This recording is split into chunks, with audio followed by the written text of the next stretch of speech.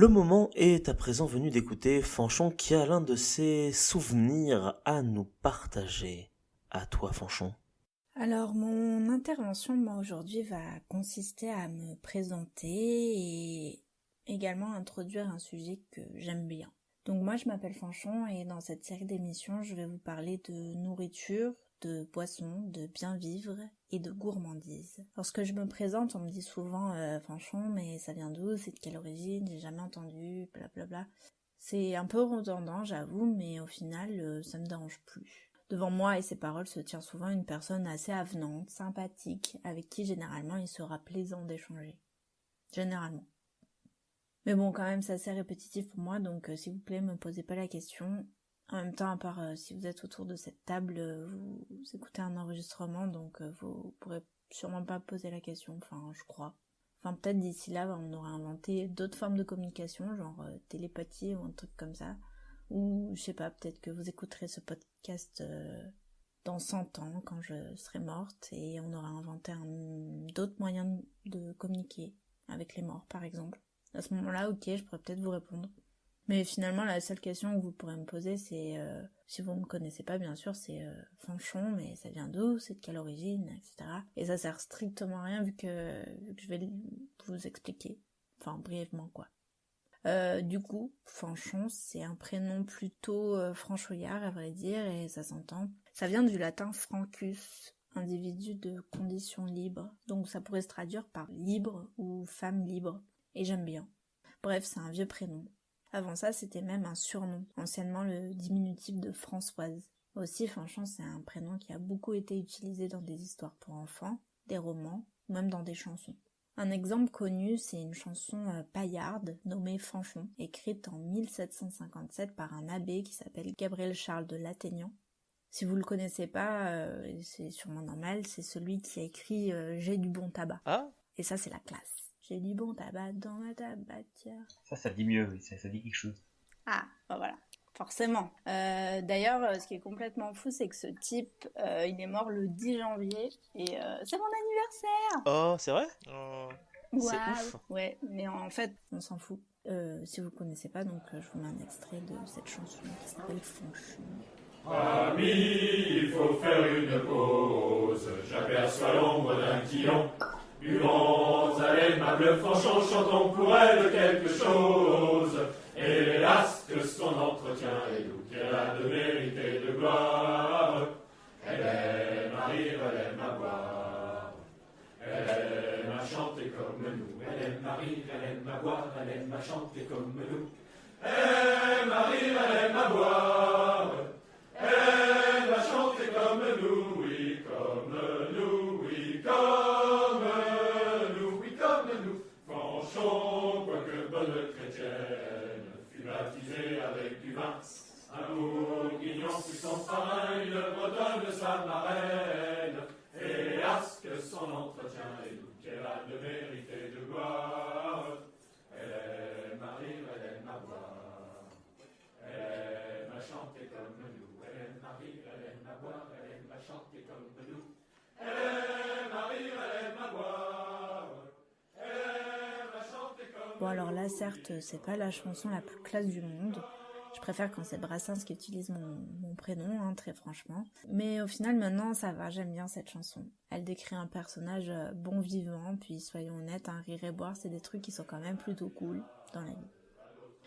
Ça parle même de bouffe. Prend un nouvel éclat lorsqu'on lui verse une rasade. Hélas, que son entretien est doux, qu'elle a de mérite et de gloire. Elle aime à rire, elle aime à boire. Elle aime à chanter comme nous. Elle aime à rire, elle aime à boire. Elle aime à chanter comme nous. Elle aime à rire, elle aime à boire. Elle aime à chanter comme nous, oui, comme nous, oui, comme nous, oui, comme nous. Fanchon ne se montre cruel que lorsqu'on lui parle d'amour. Mais moi, si je lui fais la course, c'est pour m'enivrer avec elle. Hélas, que son entretien est doux, qu'elle a de mérite et de gloire.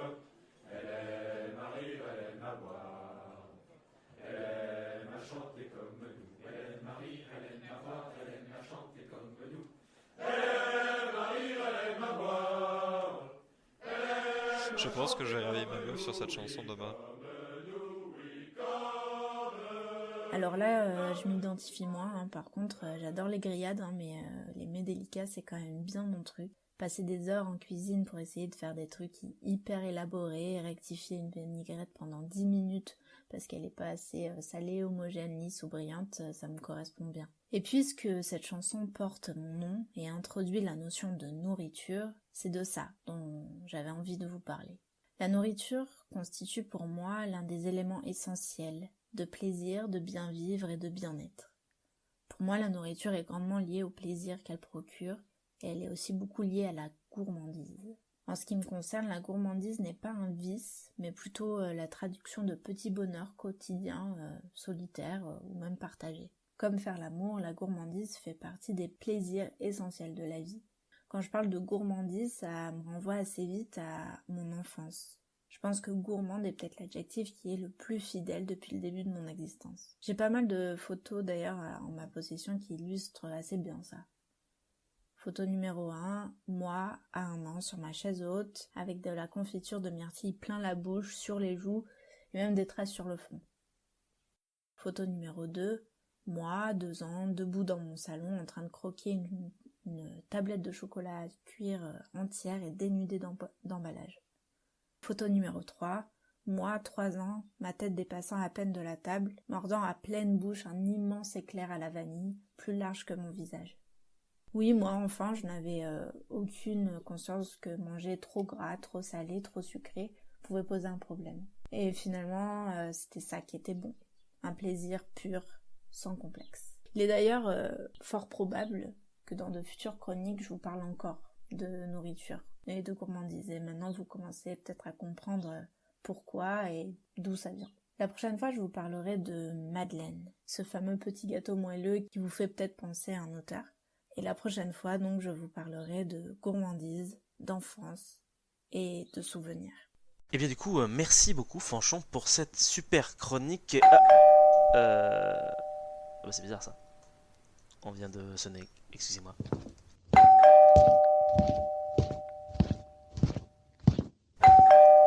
Oui bah ça va, j'arrive.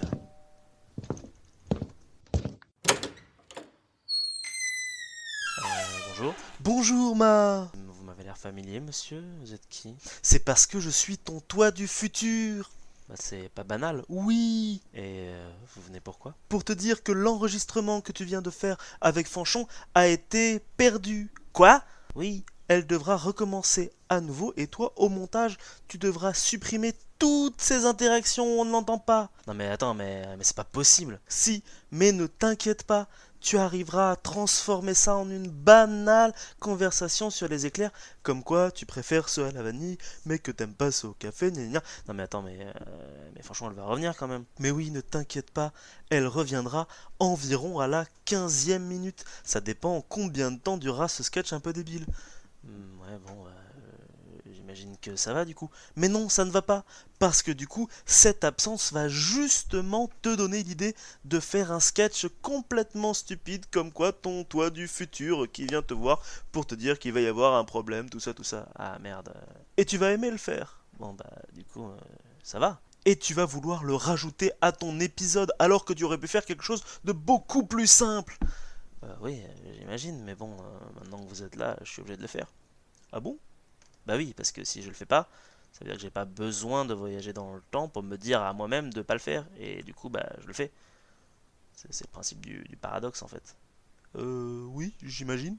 Donc la prochaine fois, je ferais peut-être mieux de me dire à moi-même de ne pas voyager dans le temps, non? Bah oui, je sais pas, c'est vrai que c'est peut-être un peu plus compliqué que je pensais. Ouais, je vois ça. Bon, bah, écoute, moi j'ai un podcast à finir et je pense que toi t'as un montage à terminer, un montage qui, je pense, va déjà nous prendre beaucoup trop de temps. Donc, ce qu'on a qu'à faire, c'est qu'on se dit à dans 4 jours. Oh bah, du coup, moi non, parce que je viens du futur. Mais si tu veux, oui, à dans 4 jours.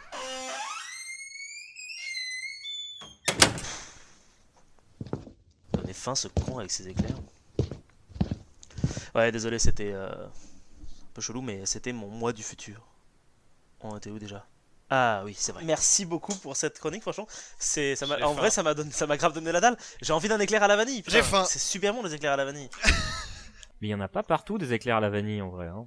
T'as surtout au café, au chocolat. Attends, mais si, des éclairs à la vanille, il y en a à la boulangerie, dans toutes les boulangeries du monde. Mais si.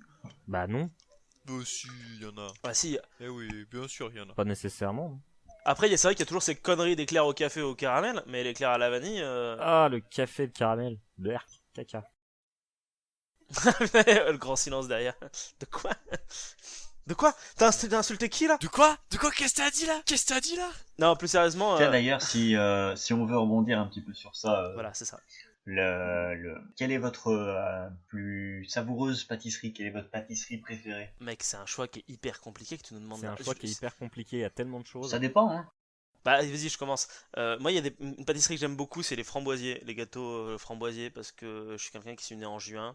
Et les gâteaux d'anniversaire que j'avais, c'était généralement des framboisiers, chocolat, framboise, avec de la crème pâtissière, c'est vachement bon. Mais j'adore aussi les tiramisu, j'adore les millefeuilles, j'adore les éclairs à la vanille, c'est trop bon en fait. Mais j'aime tout ce qui est sucré, à part ce qui est à base de caramel. Je suis pas un grand fan du caramel. Et du café, parce que je suis pas un grand fan du café, mais sinon tout est bon. Et les fruits exotiques aussi, je suis pas fan des fruits exotiques. Je suis difficile, je sais, mais c'est aussi ce qui fait un peu mon charme, peut-être, je ne sais pas. Tu as beaucoup plus que ça comme charme. Oh, c'est trop gentil, Oh. merci Raph. C'est trop mignon. Alors, Mika, Euh, pour toi, ça Moi, serait quoi? genre en fait, tu viens de me mettre le doute là parce que j'allais te répondre sans aucune hésitation la tarte citron meringuée. Oh, putain, je l'avais oublié. Mais t'as parlé de tiramisu et j'avoue que le tiramisu, c'est dur de faire un podium là-dessus sur ces deux-là. Mais c'est un Mais supplice je pense même. que c'est le. Ouais, je pense la tarte citron meringuée au-dessus. De toute façon, moi je suis pas un grand consommateur de sucré. Je suis très gourmand, mais pas de sucré. Plus de salé. Je mange beaucoup de conneries et de charcuterie et énormément de salé. Mais le sucré, j'en suis pas un grand friand. Ça va m'arriver de manger un bon dessert ou une tartelette ou une pâtisserie. Mais genre très occasionnellement. J'en mange très peu. Mais je refuse jamais une tarte citron meringuée. Je suis un peu comme toi, Mika. C'est vrai que de base, je suis quand même plutôt quelqu'un qui va bouffer du salé. D'ailleurs, je fais rarement de la pâtisserie. Mais c'est aussi parce qu'un jour, un grand sage, qui n'est pas très loin de moi, m'a dit que le désavantage avec la pâtisserie, c'est que si on rate un seul truc, la pâtisserie est ratée. Exactement, c'est pour ça que je cuisine pas de pâtisserie non plus. Et À voilà. part des gaufres. Là en ce moment, avec le confinement, tous les vendredis on se fait des gaufres. Mais ça va, tu vois, c'est pas trop dur. Tu peux à peu près rattraper. Tu vois, genre quand t'es encore au niveau de la pâte, tu peux l'ajuster. Du coup, ça me rappelle un peu de la cuisine salée. Ouais, Alors c'est un que peu ça. le sucré, jamais de la vie j'en cuisine. Hein. Après, moi, j'ai pas des goûts spécialement évolués, on va dire. Moi, c'est surtout le 4 quarts de ma mamie, Oh, c'est mignon. Oh. la tarte au flan, enfin, c'est comme ça que j'appelais ça en tout cas, de ma maman. Donc moi, j'ai vraiment le goût des choses simples, hein, Ouais, c'est-à-dire du chocolat et je suis content. c'est beau. Après. Ah ouais, le flan de ma grand-mère là. Ah ouais. Tout de suite. C'est dingue comment on associe les grands-parents avec. Non, mais c'est comme disait Fanchon, c'est raccroché vraiment à des souvenirs de jeunesse, parce que c'est à ce moment-là qu'on a goûté tous les bons petits plats, quoi. C'est clair. Mm. Oui, puis c'est ça qui constitue aussi nos goûts, quoi. Quand Mm. on est enfant, c'est souvent on préfère les plats de nos mamies, de nos mamans et tout. C'est parce qu'on est habitué aussi à certaines Bah, C'est les plats saveurs. qui nous ont marqués en fait, Ouais, concrètement. Mais voilà. ils nous ont marqués émotionnellement plus que gustativement en fait.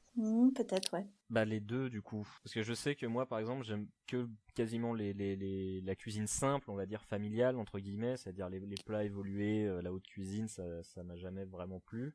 Et je sais que c'est parce que ma mère a toujours cuisiné comme ça.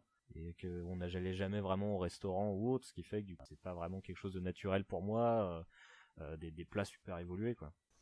Je suis pas du même avis. Moi perso c'est pareil, j'avais une cuisine très familiale, on était quasi 6 à la maison. Donc ma grand-mère qui cuisinait énormément, cuisinait beaucoup de gros plats très familiaux en grande quantité. Donc forcément c'était des plats assez simples, même si sur certains bah, elle se cassait un peu plus le cul. Mais je veux dire ça reste des plats familiaux. Et pourtant, ça m'empêche pas d'apprécier des plats raffinés enfin, je peux pas dire gastronomiques, mais semi-gastro, ou voilà, où on peut te sortir un truc un peu plus chiadé.